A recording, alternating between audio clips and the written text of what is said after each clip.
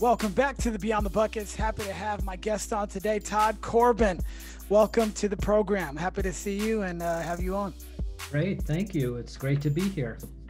Well, let's start off with a bang. Tell everybody something that they may not know about you. They may not know about me. So this was a long time ago. Let me think here. About 10 years ago, I got to meet Robin Williams, and he didn't even know who I was, which it's funny. So he was having open heart surgery in Cleveland, Ohio, which is where I'm from. Yep. And he was here rehabilitating, and I happened to be walking in a bookstore with my older son, who at the time was about 10 years old, and he wasn't a big, he didn't really know who Robin Williams was, but I saw Robin perusing the magazine rack, and there was really nobody else in the store at that time. So I walked over to him and I said, "You look an awful lot like Robin Williams." Mm-hmm. And he said in his Robin Williams voice, "Well, thank you very much." And he just he knew I didn't want to draw too much attention to him. Yep. And because people can go all crazy, oh, give me a pen and get an autograph, this or that. Mm-hmm. And so that sort of leads into, you might see a celebrity or some of these, athletes, these big time athletes and stuff. And they're people just like us, right? For sure. Going through things that we all have going through, and sometimes they just kind of want to be, acknowledged and left alone. And so I kind of did that, and then told friends about it afterwards. They're like, "You didn't get his autograph? You didn't hound him?" No. And in fact, I didn't even know why he was in Cleveland at the time until I, Google searched and found out, oh, he's getting open heart surgery and whatnot. For sure. But he was very gracious. You could tell he appreciated my gesture, because I didn't make a big deal about it. And 20 other people that were all over the store at the time, and scattered about, didn't run over to see him. Right. So, yeah. No, I'm very much the same way when it comes to meeting people that may be in the limelight. I don't feel like, I wouldn't want anybody coming up to me if I'm, with my wife or a friend or whatever the case may be, and I'm out, if you acknowledge me, hey, it's okay, and stuff like that. But I've always done that, even, with really big stars, that I've come across, and it just kind of acknowledge them, shake your head or something like that, and just let them know that you appreciate their work or their art or their athletic prowess or whatever the case may be. So Exactly. I think that's a great approach to take. Now we got to know each other. We had a pretty long, really great conversation maybe about 3-4 weeks ago before we got onto this podcast. So I know kind of a little background about you, but what is a 3-minute background story on you and I'll say this in the intro, but you focus on mindfulness and working with athletes and coaches to really get them to understand what mindfulness is and just really help them in those aspects. But give a 3-minute backstory about you, where you grew up and how you got to where you're at now. Yeah, perfect. So for me, and the journey to mindfulness happens a lot for athletes through pain, through physical pain. For me, it wasn't physical pain. It was sort of the mental, emotional pain. And I didn't even realize I had it. So in first grade, I was labeled learning disabled. And I say mistakenly labeled, because really nobody's learning disabled. It's learning differently.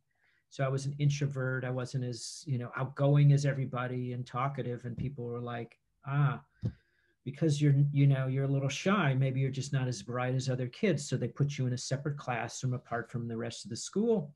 You're taught different classes. You're taught a different way. You start developing a different belief system.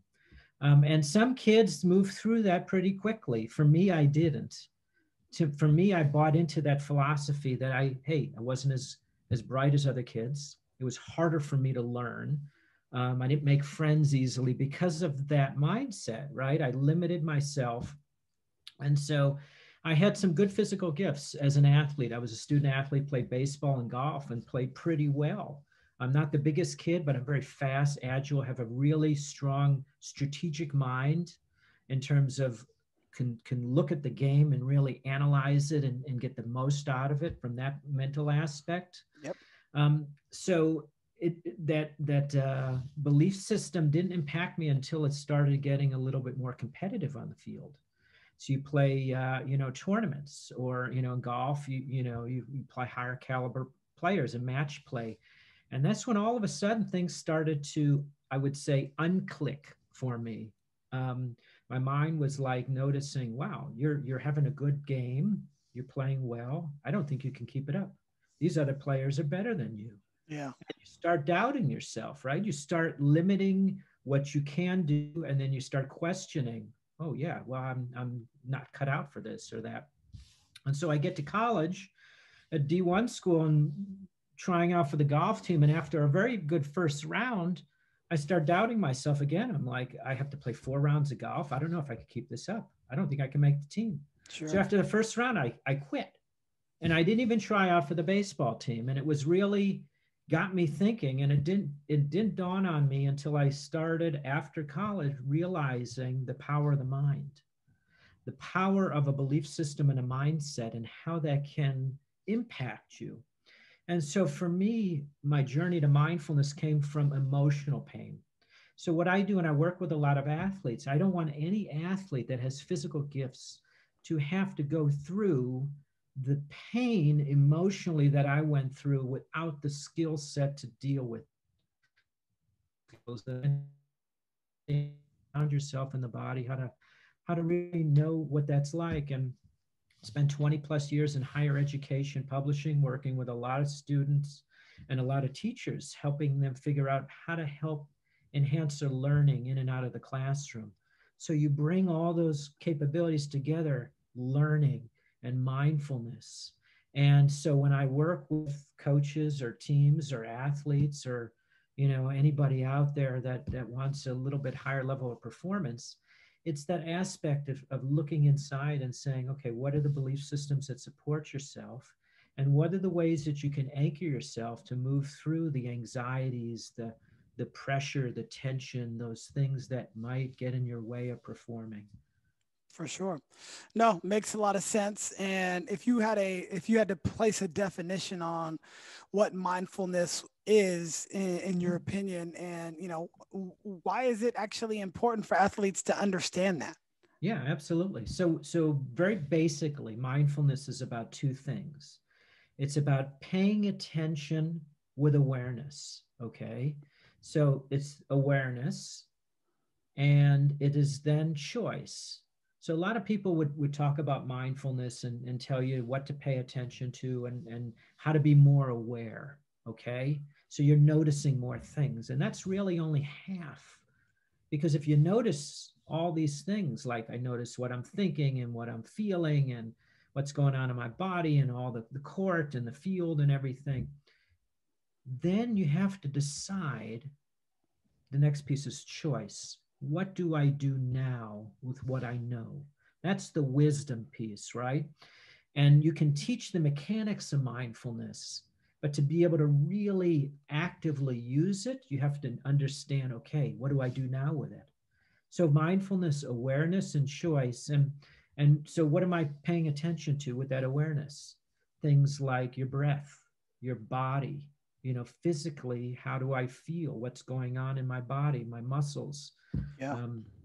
And then your senses, very important, right? Paying attention to what you see, what you hear, what you feel, senses that we don't even think about, temperature and pain, and things of that nature, our sense of balance and where we are in relation to space, other people, and our body. And so all those pieces and emotions and thoughts, you have a full gamut, a range of ways to pay attention, but it's awareness and choice. And I think anybody can be more aware with the mindset, with a skill set that helps you look at what that is. And then we can figure out a plan. Okay, what are we going to do now? For sure. Yeah. Now, a lot of those things really kind of hit home with me, and I wish I would have learned those coming up as an athlete. The one would be, well, I'll first say this. when I first started practicing yoga, maybe about 6 years ago. Obviously, if you've never done yoga, maybe you don't know, but for most people, they do kind of know. But it starts with, centering yourself and breathing. Whenever you need to calm yourself down, you're taught to breathe. Or whenever you're, just think when a woman is in labor. You've seen this. I've obviously seen this as well. But the breath. You practice breathing because your breath is just it makes everything centered, and it calms you down in a way that you sometimes can't. You can get very anxious when you're in the middle of competition or something that is going to be stressful. So that would be one thing. The other thing that I've learned recently is grounding. Grounding yourself. Being a part of the earth. So letting your bare feet touch the earth or grass or whatever the case may be. It feels grounding. You're centering yourself. You've got good breath and all of those things. And it really translates to higher athletic performance. I wish I did yoga when I was an athlete, because I think it would have helped me so much. And especially with the thoughts that we have, we've had a couple of other people in here that really talk about the mind, mental performance coaches, as well as life coaches. And, if we have between 40 and 60,000 thoughts in our mind, the negative ones, I mean, if we can get those out and alleviate some of those negative feelings that are in our mind, it's going to help us perform better. And that's very similar to what your story was. It sounds like you had so much negative thoughts in your mind that it was difficult for you to perform when the anxiety levels increased. Exactly, because what happens inherently, you don't even realize, is your body tenses. So you have these thoughts which turn into negative emotions, and then all of a sudden you feel it in your body, but you're not paying attention to your body without the mindful awareness. So you store it in there.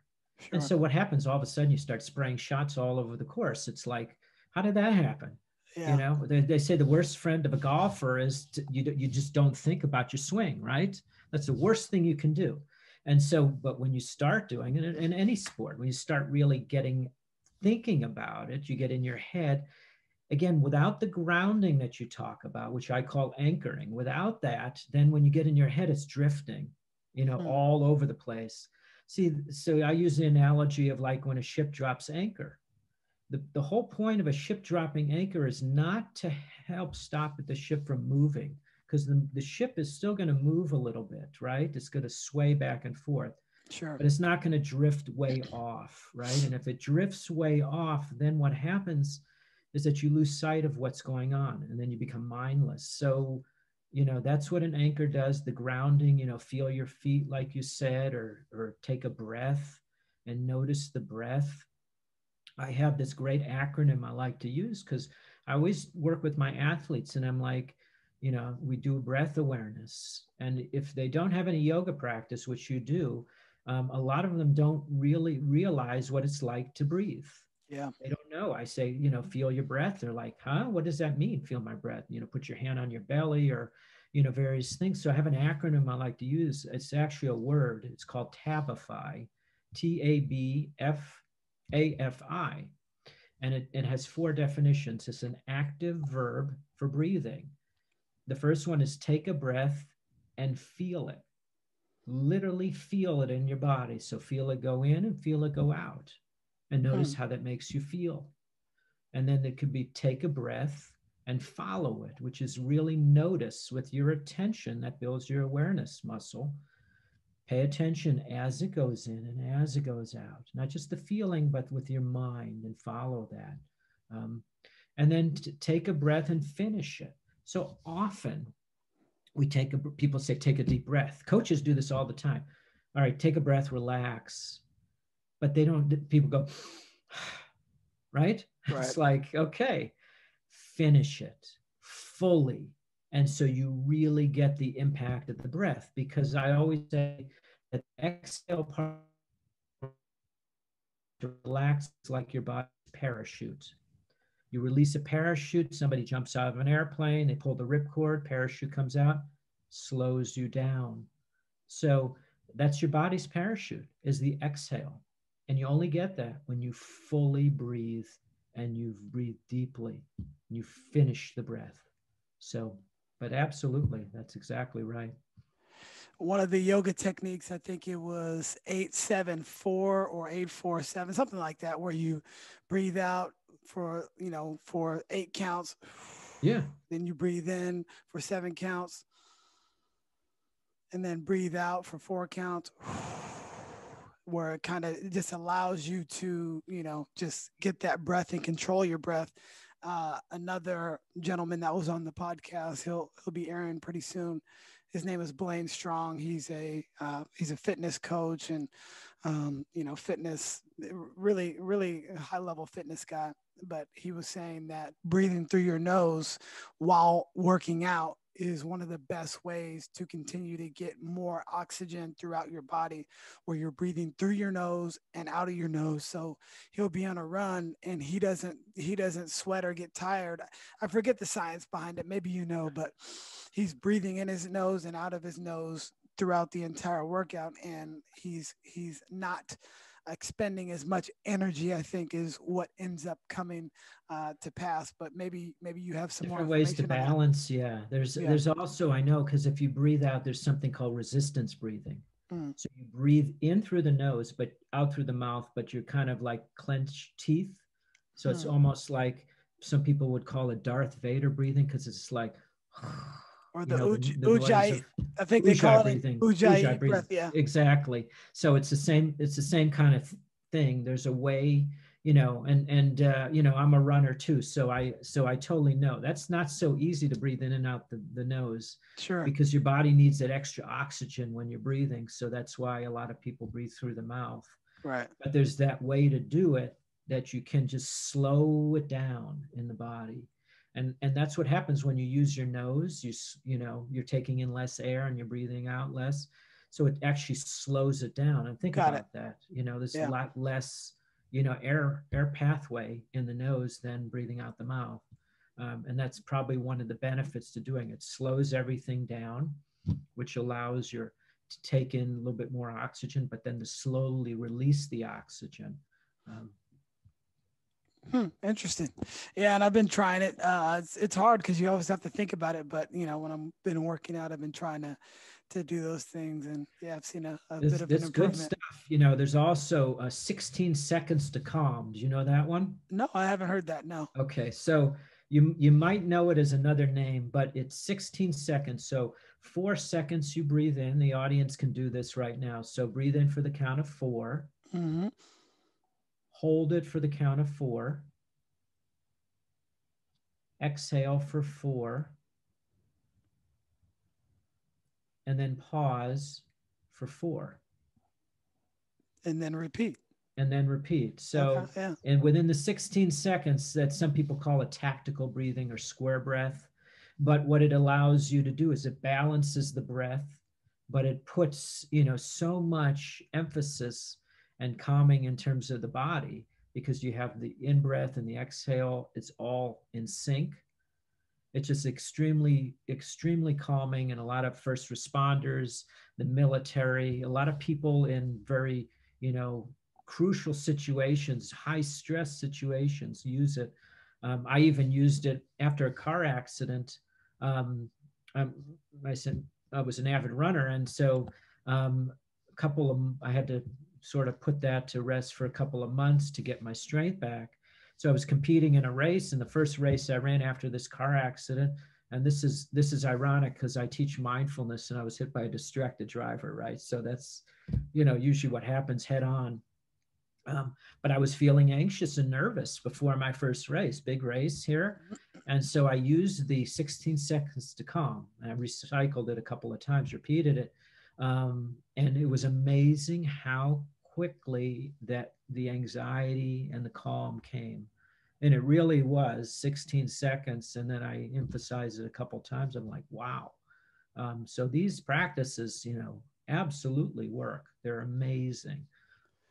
I've been doing it while you've been talking, and I'm 10% more calm right now. There you go. It's like Dan Harris, 10% happy or 10% calmer, right? Exactly. Yeah. So you wrote a book called Mindfulness for the Student Athlete, I believe. Yes. is the title.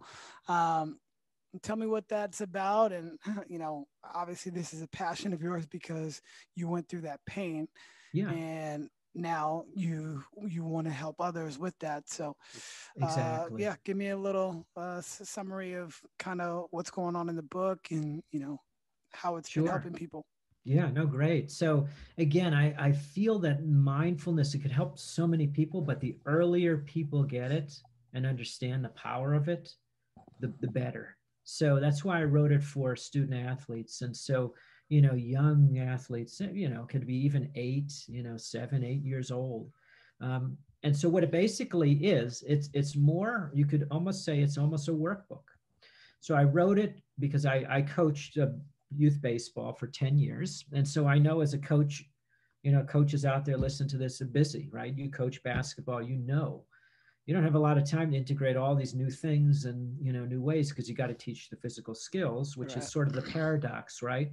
You ask any coach how important mental skills or mindful skills are, and they'll say how the mental part, oh yeah, it's 50%, 60%. Okay, how much time do you spend on it? Well, we don't have time for it. We spend all the time doing the drills and whatnot. But so anyway, so I wrote the book with that in mind. So it's 32 activities, and they're all in a workbook format, so you can use any of them. Now, there is a sequence to some of them, but each one could stand on its own. And so you could take one of the activities. For instance, there's a few about breath, there's a few about the body or the senses, or different ways to look at things. Some are more reflective, some are more experiential. And the athlete, the coach, the parent that's supporting the athlete can help them and integrate one of those concepts. And so it's very applied. There's a few chapters on how stress impacts our body for an athlete, what that might look like, how you can mitigate those factors of stress. We get into a little bit about finding your why. For an athlete, that's critical. We could talk about that a little bit later too. But it's not just the why, that's important, like your deep meaning. Why do you play? Because that will, sort of solidify when it gets tough for you. Or, look at, for a coach, why do you coach? And in those tough days when your team is losing and you're out late and you're game planning and it's just grueling, you travel schedule and all that. It's like, why do you do it? That will keep you motivated. But it's also about the who. The who is just as important as the why, and the who is your identity. And so when I work with these young athletes, especially, they think their life is the sport, right? I'm the baseball player, or I'm the football player, or the lacrosse player. But when you take it away, injury, COVID, you physically can't play anymore. You're getting close to retiring. Professional athletes go through this all the time. Yeah. Um, and so what happens if your identity is all wrapped up in that one thing? You then lose a sense of yourself. And it's like, I'm not me anymore. So it's about who you are, and you're lots of different pieces, right? And so the ability to have perspective on that. So the book goes through, we have a couple exercises based on that, getting clear about that, getting clear about, various things, and just looking a little deeper. When you perform well, it's like a recipe. So what are you thinking about? What did you feed into your body, your mind? What did you feed physically and with the foods? The sleep, those kinds of things, and notice what you did when you did well. Yeah. And the same thing, that's, you can call that the strong performance, but the same thing for the weak performance. That's just as valuable to know, hey, I didn't have it today.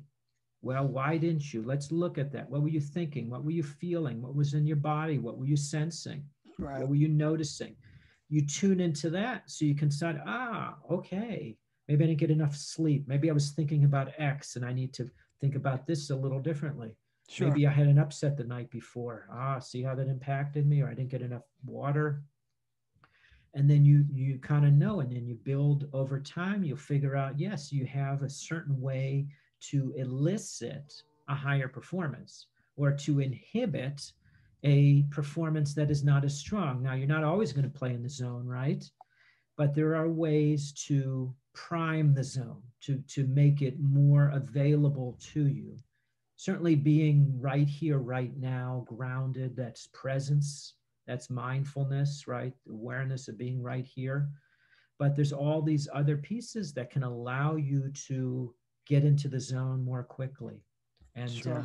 And that's, huge piece. So 32 activities in the book. It's very applied, very easy to integrate. And so that's a little bit about that. For sure. And we'll let everybody know at the end how you can get the book and help, coaches and athletes and anybody that wants to be more mindful. I think it's very important.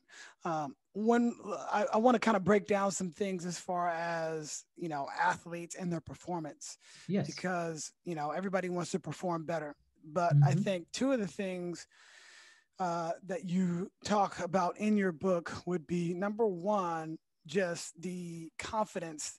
How do these mindful techniques help them with their confidence as Sure. well as the mental toughness? Because a lot of the times, you've already won in your mind because of your confidence, or you've already lost because of lack of confidence or lack of mental toughness.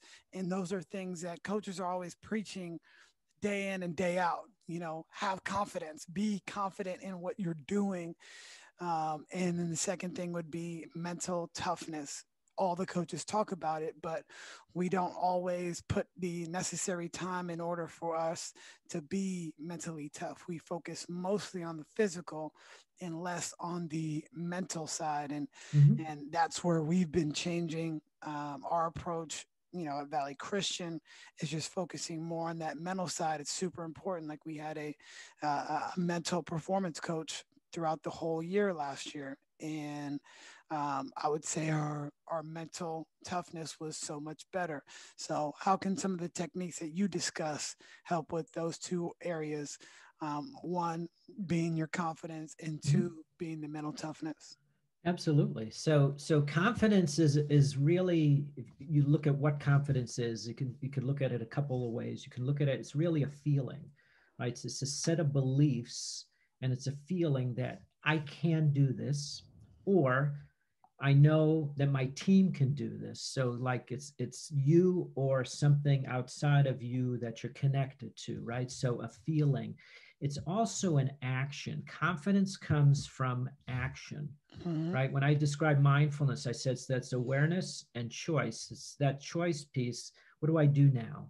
Right? So confidence, a big way confidence is built is by action, but it's specific action.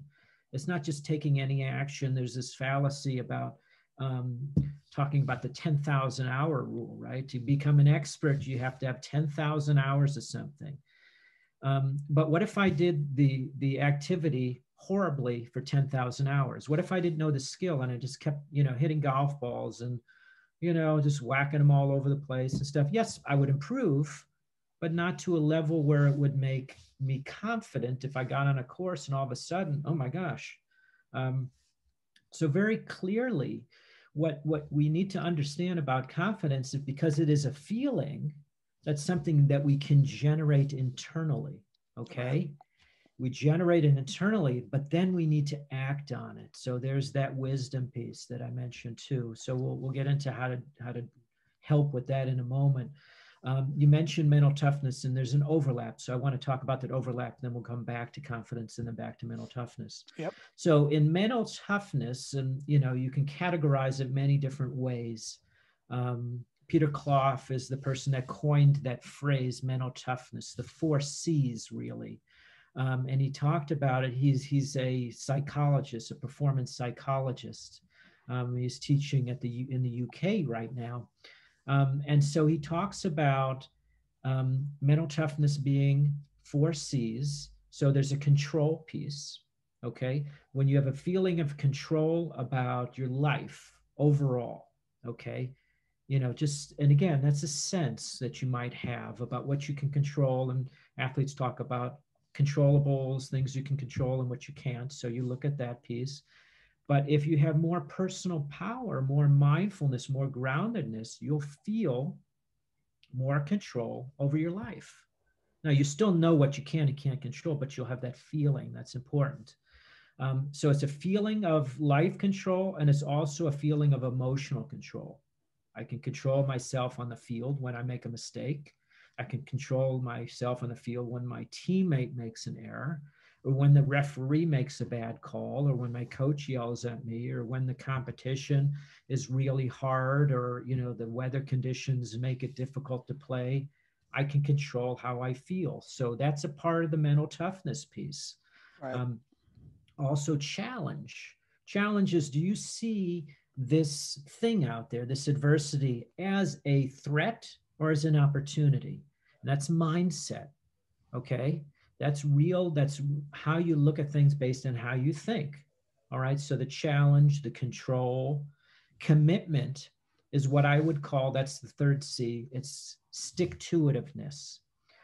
So years ago, I heard the management author Ken Blanchard use this example, and I think it's brilliant. He used the difference between, he said, a runner, and I'm an avid runner, so I loved it. Of course, I remember it from 20 years ago. He says the difference between a committed runner and an interested runner. So an interested runner is somebody that would look outside and notices it's cold and rainy and dark, and they're, it's cold and rainy and dark. I'll run tomorrow. And it's nicer weather. Committed runner would look at that same weather, cold, rainy, and dark, and say, I'm going to go get my raincoat and my reflective outfit and put that on and go. Mm-hmm. So that's commitment. It's like, what drives you? And we all have that ability to move that needle, right? Between being more committed, but are you willing to go through those particular kinds of things? And the last C, which is where the bridge between confidence and mental toughness is confidence. So it's that internal feeling. It's that belief system. Sure. So when you develop more confidence, that boosts mental toughness. But it goes back to, okay, how do you boost mental toughness if you don't know how to boost confidence, right? So there's a couple ways to boost the confidence, really. And this is what I talk about. Part of it is the mental, and you've had people talk about the mental game. So, the self-talk. So there's research that positive self-talk, which are words or phrases that you would use. I can do this. Even words like calm or free or powerful, things that you have a positive association with, can boost confidence. Because what that does is, because think about this, when you're feeling not confident, that's because you had a non-confident thought. I can't do this. I'm not good at this. Those thoughts that I had competing as a student athlete, because my belief system was I'm not as good as these other kids. Mm-hmm. So I had, the ability to, and I didn't have the ability to generate confidence. So that's one way, the positive self-talk, which we do get into in the book, creating mantras. Mantras are a little bit deeper than self-talk because they're really specific. They elicit a particular feeling. So where self-talk is just kind of like a one-off thought, which is really helpful, that's a mindful anchor that you can ground, like I can do this. A mantra would be something like that, but that you literally think and feel it in the body. So you generate that really fully. So if you can say, like, thoughts are sort of electrical energy, like in the brain, mm-hmm. The emotion is more magnetic, like out of your, like electromagnetic. So you got the best of both worlds, that attracts and that makes it grounded. That's why thought with emotion is more powerful than just thought, or more powerful than just emotion. So putting those two together is what confidence, you really then start feeling confident. So, and you could also use, like, we look at past successes. So in the workbook, I have an activity, sports performance tracking, which I mentioned. So in those good performances that you had, you actually highlight, okay, some of these good performances. How was I feeling? What was I thinking? And then you go back to those and feel those, and you anchor that feeling into your body. If you felt confidence one, you'll feel it, be able to feel it again. And you can generate that. Sure. And so you can actually then also look at confidence from other people. So you can tune into the energy of the senior on the team. When you have confidence, you can say, wow, look at them. They can do it, so I can do it. And so there's multiple ways to, add confidence and boost it. You can use all these amazing ways, but it really comes down to, in the beginning, being aware, being mindfully aware of where you're at right now, to notice the thoughts, because like you said, the 40 to 60,000 thoughts are, 40 plus a minute. A lot of those are negative. A lot of those are causing you to feel not confident, to Right. doubt yourself, right? Get clear on what those are, and they sort of like move through it. And then you kind of label them. There's a lot of science between why do you label thoughts and emotions? It's because what happens is the brain will keep repeating those thoughts and emotions. But when you start labeling it, you're identifying it, it slows things down. Like that breathing practice in and out the nose slows it down. And that's a way to slow down the thoughts. Label it. It won't have as much impact on the brain. The brain will say, okay, you got it. I understand. I don't have to keep jamming it down your throat, right? You understand. Okay, then you could let it go. You can allow it to be, and then you move through. And so that's confidence. Again, there's multiple ways to build it. It is so critical. But when you start doing that, the mental toughness piece boosts. And the other piece I want to mention too, and I mentioned with mental toughness, commitment. So for athletes, when I work with athletes, you can't be fully on focused 100% of the time. That's not possible. Mindfulness will get you only so far. You could be, even look at people like LeBron James at the top of their game. There are times they zone out, right? He needs that time to stand on the, by the 3-point line in the corner to get his breath together, but also to calm his mind down, to kind of zone out for a few minutes, right? And so the reason why that's important, so, I always like to talk about a commitment switch. So when do you turn that on? Okay, so for an athlete, is it for you in the locker room? Games are won or lost a lot of times in the locker room mentally. But when do you turn it on? So if you're walking off the court and you're sitting on the bench, can you turn it off for just a moment to relax, take a breath, do whatever you need to, re-energize and come back? Right. So every athlete, every coach should have a way that they can flip on and off the commitment switch. And it doesn't mean that you don't care. Sure. You flip it off, it's still an important part. But it's like, I need to focus here. It's like some people call it like a zone of focus. Like for an outfield, I played the outfield in high school. So, you get to a certain place and that's where I'm focused. And if I step out of that area, I could look around. I don't have to be as focused. But when I'm in that zone of focus, commitment to play the best I can play in that moment, totally present, totally here and now. But I could step out of it, let the mind relax, and go back in. And that is building that mindful muscle. So let me ask you this, too. because most coaches, they really focus on the physical. The physical is obviously very, very important to any type of performance. However, somebody that has taken an education towards, brain training, if you will, I think you're training your brain to perform better. But what percentage should coaches be using these sort of techniques?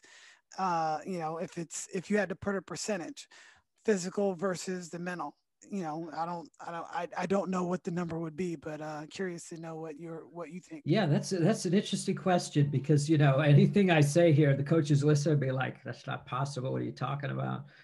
When I coached and played and coached baseball with the youth, I tried to at least integrate a third mental, if I could, while the physical was going on. So what that might look like is, while they're practicing and batting and taking batting practice, or outfield, or shagging fly balls, or they're pitching, mechanically, I'll have them really feel what that feels like. Feel the bat, for a few moments. Okay, listen to the sounds, feel your cleats digging in. What does it feel like to be set in the batter's box? What does it feel like to be ready in the field? What does it feel like to be ready as a pitcher, to have the focus, to notice that? And so there's ways to kind of do that. So I have athletes, and, so maybe a third at least, but you can use mindful cues. So if you play a sport that has equipment, basketball in particular, you see a lot of people write things on their shoes, right? Yep. Or LeBron James has a wristband he always wears. And if you notice, and other players do as well, it's there. So sometimes they flick it. It's a good stress reliever. It awakens the body. When I work with some athletes that wear wristbands, tennis players, baseball, whatever, sometimes too, they can flick it. It's something there they can see. So I try to integrate it as much. I don't know if it's really, you necessarily have to focus on a percentage, but if you can integrate mindfulness with whatever it is they're doing, being more aware, noticing more, I think you'll find that it improves their performance. So coaches can look for ways to integrate these cues. If you're playing a racket sport, on the butt of every racket, usually there's a number or a letter or something, or you can make a notation, and it could be a reminder to breathe on your shoes. Every time, some squash players do this all the time. When they're playing, if you've seen the game of squash, a lot of times they'll rub their hands on the back or side wall after they miss a point. And that's just kind of a mental cue to move forward. But if they really feel the hand moving and rubbing, they can notice that fully and then just come to the next moment freshly. So sure, any coach can integrate it, and if say, okay, spend 90%, no coach is going to be spending 90% on the mental skills. Right. I mean, that's just, again, get to a certain level. But somebody like LeBron James can spend a lot of time in their mental preparation before a game. So coaches can do the same, and players can do the same. And that might look like visualizing a performance before and really feeling what that's like. What does it feel like to play at your optimal level? At your, like, when you're in this zone, what does that feel like? And really feel it and notice that, and drive that into your body and create a mindful anchor. So when you feel it, what might you do? What might equipment? If you have a stick, like a lacrosse stick, maybe you tap it on the ground, or a golf club or something. And notice, and this is great too, notice what other athletes are doing. Notice the cues that they're using, because everybody has a routine that they do. But there's also a level of routine, and then there's a level, because you want to make it, repeatable, and you want to make it automatic. Sure. But drop in a subtle, conscious decision in that, and you can automatically, so it's like a lot of it is routine, a lot of it's automatic, but then there's like one manual thing that you can place in there to be grounded. And then you move through it, and it's like, boom, you're grounded, you're in the moment, and you're feeling your routine, everything is good, and you can go. So yeah. That's one of the reasons why I like having so many different walks of life on the podcast, because this does translate into regular life as well, not just athletics, but as people, we can use a lot of these techniques as well. If you were going to write, if you wanted to write the Bible on mindfulness, and you had to collaborate with 3 other people, who would those 3 other people be that you want to collaborate with to create this entire Bible for mindfulness and helping athletes? Wow, that's a great question. The first person I would mention would be George Mumford. And George is the one, you might not know George Mumford, but you might know Kobe Bryant and Michael Jordan and Phil Jackson. I do know those 3 guys. Yeah, so if you know those people, George was the one that trained them in mindfulness. He actually started with Phil Jackson and got him comfortable. And then he worked certainly with Michael Jordan and the Bulls. And then when Phil Jackson went over to the Lakers, he worked with them and taught Kobe and Shaq mindfulness and all the other people there. So it would definitely be George Mumford. He wrote a great book called The Mindful Athlete. And so he's got he played basketball in college, and his roommate was Dr. J. How about that? So that's Wow. pretty cool. So he's got a lot of great stories. So that would be the first one. The next person I would want to write a mindfulness book for athletes would be somebody that's very unathletic, but that's very much into quantum physics and meditation. And his name is Deepak Chopra. Hmm. And he's done a lot of, he's probably written 30, 40 books on meditation, mindful practice, from a very deep level. He's a medical doctor and from India, and he understands sort of the quantum mechanics, the science, the physics behind performance. And so he really knows the breath, but he takes it in a whole different way. And he really, knows the body, and he breathes, in different ways, and full body breaths and various ways. So combining those two people would be great. And then I would probably pull in somebody like a LeBron James, who's doing some work with Calm right now, because you want somebody that's at the top of the game, right, in any athletic endeavor. And so trains the mind, trains the body, has the focus, has the ability to overcome adversity, right? And to be able to literally, and I heard Brian Windhorst, the reporter, use this terminology with LeBron. He could tilt the floor, the game, right? So he's that powerful.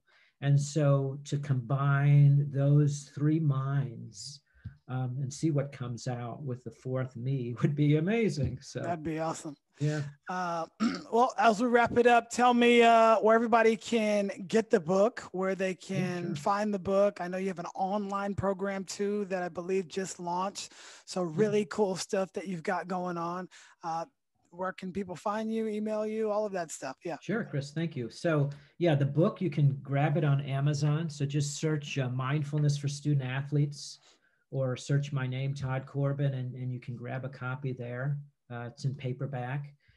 You can also go to my website. So that would be toddcorbin.com, TODDCORBIN.com. And you can, see the book there. You check out my online courses. I have a couple of online courses. One is specific for coaches and those that support the student athletes or the athletes in general. So trainers and psychologists and anybody that would support an athlete. So it's for them. It's a 7-week course. We mix in live group coaching with a lot of pre-recorded content. So I offer those a couple times a year.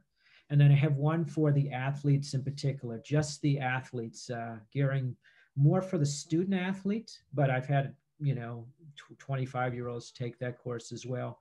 We'll just that's a 4-week course, talk about the principles. Those are both online till we can get back on the field and the court with COVID situation, right? Sure. Regularly. So that's great ways. I also just recently will be announcing a partnership. This is really cool. This is the last thing I will leave with your audience.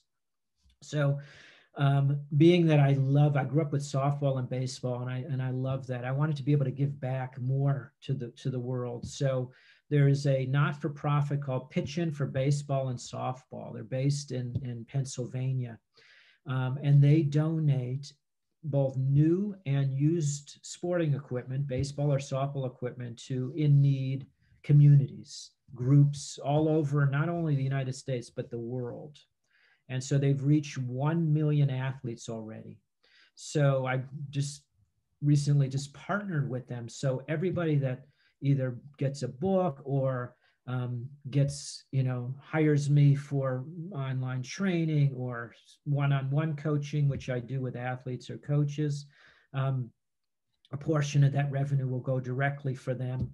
And I'm working with 2 groups right now, one in Cameroon, Harmony Baseball, supplying them with equipment and possibly some t-shirts for them too. Yeah. Our soul, this 18-year-old who's amazing. And then the folks in Lee County and Fort Myers, Florida, that the majority of the population is below the poverty line, where we're donating equipment and help those schools and those kids, remove that barrier to play, because I want everybody to enjoy the sport. So. Well, that's really great news. And yeah, everybody go follow. We'll put it all in the show notes. And thank you very much for joining the show. Oh, absolutely. It's been great. Thank you, everybody. Hope you got a lot out of it, and I'll see you next time. Absolutely. All right. Thanks, man. Appreciate you. Oh, sure. Thank you. I'll send you, this will air in December. So okay. I'll send you everything once it comes out, and you can post on your LinkedIn and all that stuff. Fabulous. So. No, that's awesome. Yeah. So you said you had some other mental skills people coming on, right? You said pretty soon. We had, well, there's another one we already had on there. His name is Shay Coleman. Okay. Episode 30 something. He's on there now. If you want to check that one out, he was good. Yeah. He was with us all year. So that's who you had over at Valley Christian, right? Yep. He was with our team the whole year, and yeah, did some really good things. So yeah. Well, good. Well, thank you. I'm talking to Luke on Friday, by the way. So oh, good. Public. Yeah. So yeah, we connected on LinkedIn, and yeah, good stuff. LinkedIn is awesome. But yeah, let's talk soon. And I'll send you all that stuff as soon as it's ready. Fabulous. All right, Chris. Thank you. All right. Thank you. All right. Be well. You too. Thank you for listening to the Beyond the Buckets podcast. Please remember to subscribe, rate, and share the show with your friends. And until next time, take care.